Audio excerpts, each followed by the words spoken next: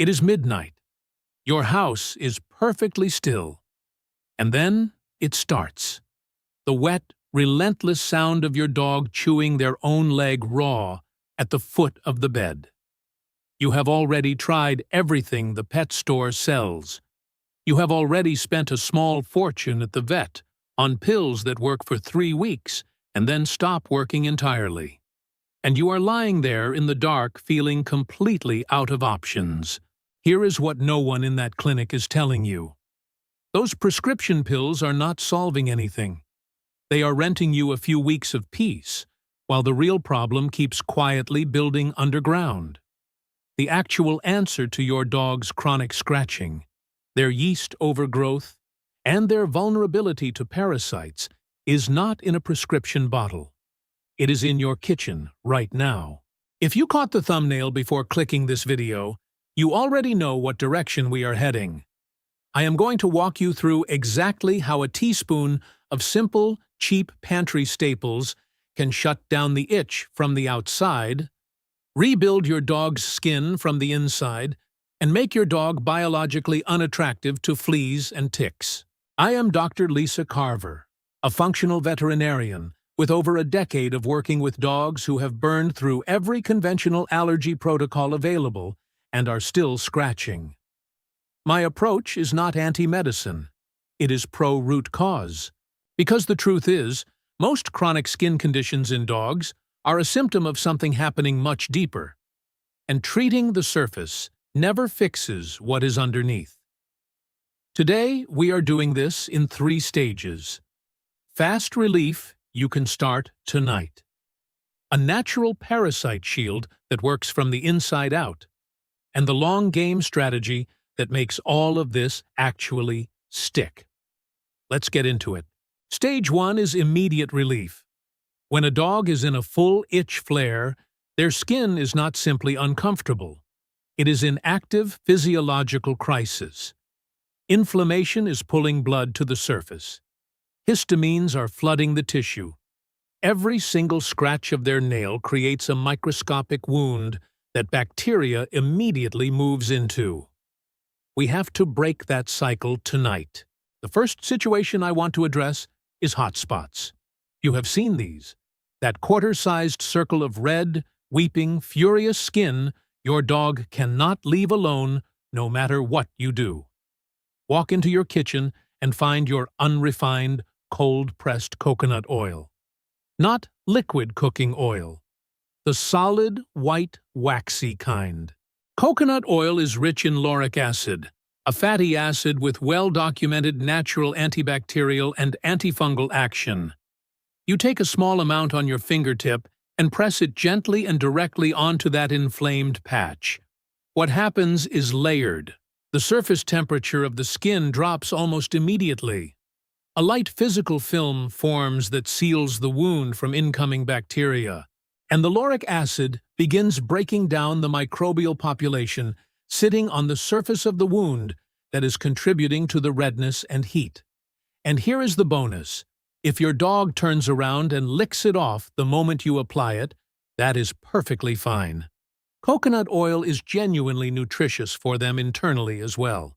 Now let me address the second situation, because a lot of you are going to recognize this one. Your dog's paws smell like old popcorn or corn chips. Most pet owners assume this is just a normal dog smell. It is not. It is a warning signal. That odor is being produced by a specific yeast organism called Malassezia, which has colonized the warm, damp environment between your dog's paw pads and often deep inside their ear canals too. Yeast operates in alkaline conditions. It builds there, it reproduces there, and it produces the chemical compounds responsible for that distinctive smell and the maddening itch that drives your dog to chew their own feet until they bleed. The solution is to flip the pH of the skin from alkaline to acidic. Yeast cannot survive in an acidic environment. The most affordable way to do that is raw apple cider vinegar. Mix 1 part raw apple cider vinegar with 1 part room temperature water. Take a soft cloth or cotton pad, soak it in the mixture, and press it gently between each toe and along the underside of the paw. If your dog is a chronic paw chewer, you can fill a shallow container with the same solution and let them soak each paw for 2 or 3 minutes. You are not covering up the smell. You are chemically eliminating the conditions that allow the yeast to survive. One critical safety note. If your dog has already broken the skin, if there is any raw, open, or bleeding tissue on those paws, do not use vinegar. Acid on an open wound is genuinely painful. Wait until the skin integrity is restored, then use it as a regular maintenance tool. Third situation, full body inflammation. Your dog ran through a field, rolled in grass, and now every inch of their skin is raised, red, and frantic. No single hot spot, no yeast smell, just a widespread histamine response covering their entire body. For this, we use plain whole oats.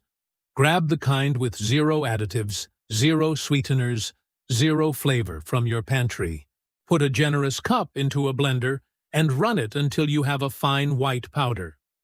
This is colloidal oatmeal, and it is one of the most rigorously studied natural anti-inflammatory compounds for skin tissue that exists. Run a bath using cool to lukewarm water. This point is not optional. Do not use warm water on an inflamed dog.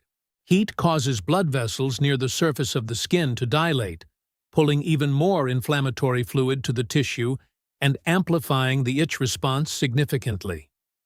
Cool water does the opposite. It constricts those vessels and slows the whole cascade.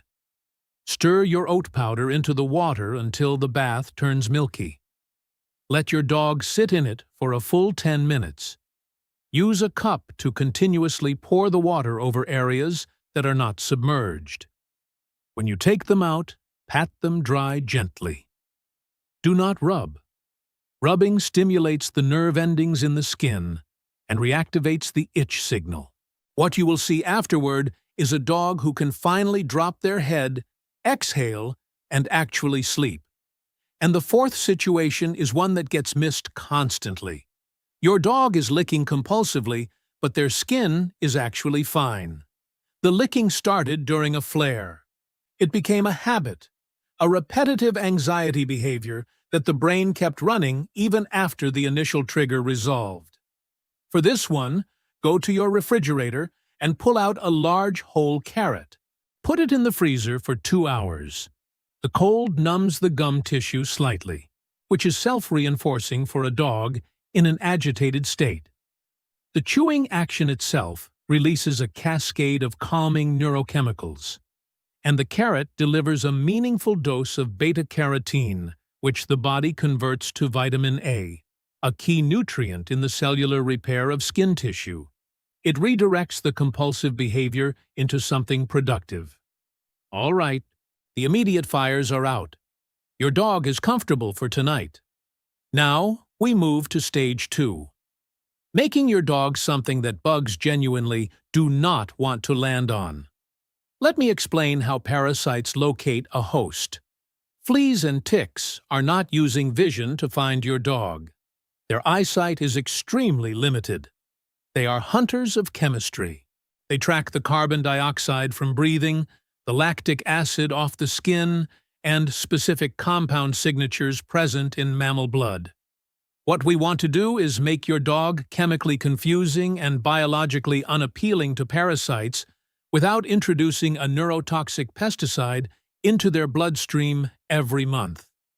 The first strategy is altering the compound profile of your dog's blood so that biting becomes an experience a parasite chooses not to repeat. Add a small splash of raw apple cider vinegar to your dog's water bowl daily. Roughly 1 teaspoon for a medium-sized dog. You can also stir a small pinch of pure ground turmeric into a little coconut oil and mix it directly into their food. Turmeric contains an active compound called curcumin with strong anti-inflammatory and antimicrobial properties that also appears to shift the chemical composition of blood just enough that it becomes an unpleasant experience for the insect that bites into it. Your dog will not notice a difference in how their food tastes, but at a microscopic level, a single bite is enough to send most parasites looking for a different host entirely. The second strategy is preventing parasites from landing at all. This is where brewer's yeast becomes one of the most underrated tools in natural pet care. Brewer's yeast is not the same as the yeast you bake with. It is a deactivated form, dense with B vitamins, particularly B1, also called thiamine. When you sprinkle half a teaspoon of brewer's yeast powder over your dog's evening meal, those B vitamins are absorbed through the gut lining, enter circulation, and begin to secrete outward through the skin's surface. This creates a compound barrier on the exterior of your dog's coat. You will not smell a thing. Your dog will not smell a thing. But to a flea, a tick, or a mosquito navigating entirely by chemical signal, your dog suddenly has the wrong scent signature. They land, they register something off, and they leave without feeding. You can layer on top of this by adding a small pinch of dried culinary rosemary to their food a few times a week. Rosemary contains naturally occurring compounds that function as mild insect deterrents and are perfectly safe in small culinary quantities for most adult dogs. Now the third strategy, which I get asked about constantly. What if my dog already has fleas? How do I stop the life cycle rather than just slowing down new arrivals? This is where raw pumpkin seeds become one of the most valuable tools you own. Not canned pumpkin puree, not pie filling. Raw, whole, unsalted pumpkin seeds. These seeds contain a specific amino acid called cucurbitин. Cucurbitin has a well-documented paralytic effect on parasitic organisms, including the larval stages of fleas as well as internal worms. Grind a small handful of raw pumpkin seeds into a coarse powder in a coffee grinder. Sprinkle it over your dog's food. As it moves through the digestive system, it acts systemically. And as your dog naturally sheds skin cells into their bedding and living environment, it creates a hostile surface for flea larvae trying to complete their development. You are not just treating the dog who is in front of you. You are dismantling the infestation at its reproductive foundation. Excellent. The bug shield is active.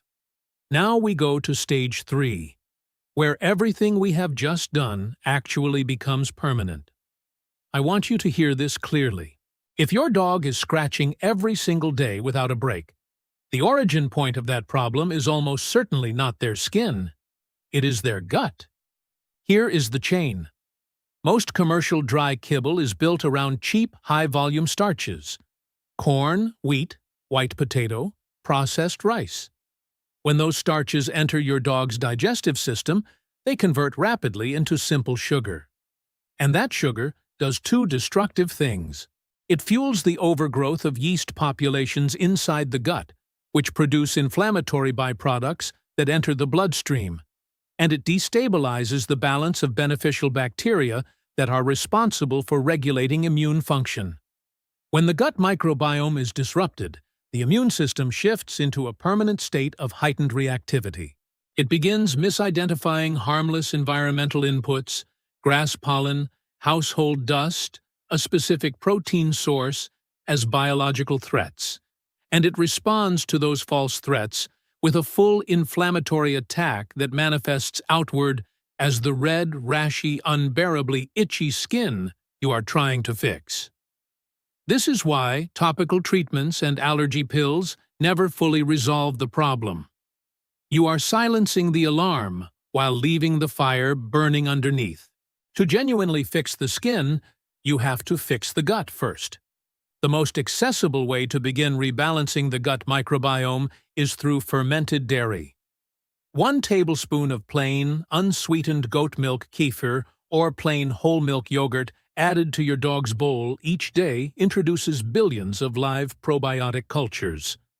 Those cultures begin crowding out the overgrown yeast. They accelerate the repair of the gut lining. They gradually recalibrate the immune system so it stops treating normal things as emergencies. Over 4 to 6 weeks of consistent use, the skin progressively settles. Less redness, less reactivity, less scratching. Not because you treated the surface, but because you repaired the organ that was sending the distress signal. One non-negotiable warning before you go buy dairy products for your dog. Flip every container over and read the full ingredient label. You are specifically looking for one word: xylitol. It may also be labeled as birch sugar. Xylitol is a sugar substitute used in low-calorie and sugar-free dairy products and dozens of other food items. In dogs, even a trace amount triggers a catastrophic release of insulin, followed by acute and potentially fatal liver failure. This is not a minor sensitivity. This is a life-threatening emergency that cannot be managed at home. You must use plain, full-fat dairy with a single ingredient label. Read every label, every single time. No exceptions. Now, the final piece of the long game protocol. I want to talk about your dog's skin, not as a symptom, but as a biological system with a rebuild cycle. Every 21 days, your dog's body sheds and completely regenerates its entire outer layer of skin. Every 3 weeks. That is your window. That is how often nature hands you a brand new opportunity to build something stronger. And what is skin constructed from at a cellular level? Fatty acids, lipids. Here is the problem with dry kibble sitting in an open bag. The moment oxygen contacts the fats inside that food, oxidation begins. By the time you are halfway through a bag of dry food, the omega fatty acids that were supposed to provide the raw material for skin cell construction are largely degraded and useless. Your dog is rebuilding skin every 3 weeks with nutritionally bankrupt building materials. What comes out is thin, dry, flaky, and permeable. Allergens pass through it easily. Parasites can penetrate it without resistance. The fix is adding fresh, bioavailable omega-3 fatty acids directly to their bowl. The most effective and affordable way to do this is one small canned sardine packed in plain water with 0 added sodium, mashed and stirred into their food 2 or 3 times per week. The omega-3 content in a single sardine delivers the raw material your dog's body needs to build skin that is noticeably thicker, better hydrated, more elastic, and significantly more resistant to environmental penetration. If your dog refuses fish entirely, a plain soft-boiled or lightly scrambled egg with no seasonings is a strong alternative. Eggs provide a complete amino acid profile alongside the fat-soluble vitamins required for cellular repair. And one final addition worth mentioning: homemade bone broth.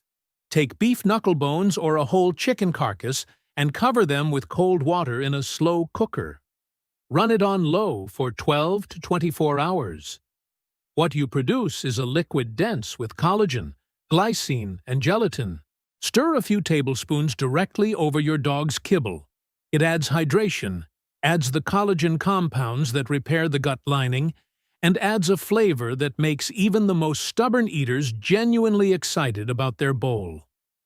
One firm warning here: never use store-bought human bone broth for this. Commercial bone broth from the grocery store is almost universally seasoned with onion, garlic, celery salt, and other aromatics. Onion and garlic cause oxidative damage to red blood cells in dogs and can trigger a serious condition called hemolytic anemia, even in small quantities. Make it yourself. Plain bones, plain water, nothing else. That is the whole recipe. Let me pull everything together now. Coconut oil for immediate surface relief. Apple cider vinegar to reset the skin's pH and alter blood chemistry. Colloidal oatmeal for full-body inflammation. A frozen carrot for compulsive anxiety licking. Brewer's yeast and turmeric to make your dog chemically unappealing to insects. Raw pumpkin seeds to disrupt the flea life cycle at the larval stage. Plain kefir or yogurt to restore the gut microbiome, and fresh sardines or eggs to rebuild skin from the cellular level up. I can already hear the question forming. Do I add all of this to my dog's bowl tomorrow morning? You do not. If you introduce 7 unfamiliar ingredients at once, you will have a dog with significant digestive upset by the next day, and no way to identify what caused it. The approach is rotation, not saturation. Here is the daily framework I use with my own patients. Each time you portion out your dog's kibble, reduce the amount slightly and fill that space with 3 additions only. 1 skin rebuilder. Today it might be half a mashed sardine. In 2 days, it might be a plain scrambled egg. 1 gut supporter. A spoonful of plain kefir or a tablespoon of plain canned pumpkin, which also happens to be excellent for digestive regularity. 1 parasite deterrent. A pinch of brewer's yeast over the food or a small splash of apple cider vinegar in the water bowl. Rotate through these throughout the week. Keep it consistent over several weeks. What you are building is a cumulative biological shift. The gut microbiome gradually stabilizes. The immune system stops overreacting to harmless triggers.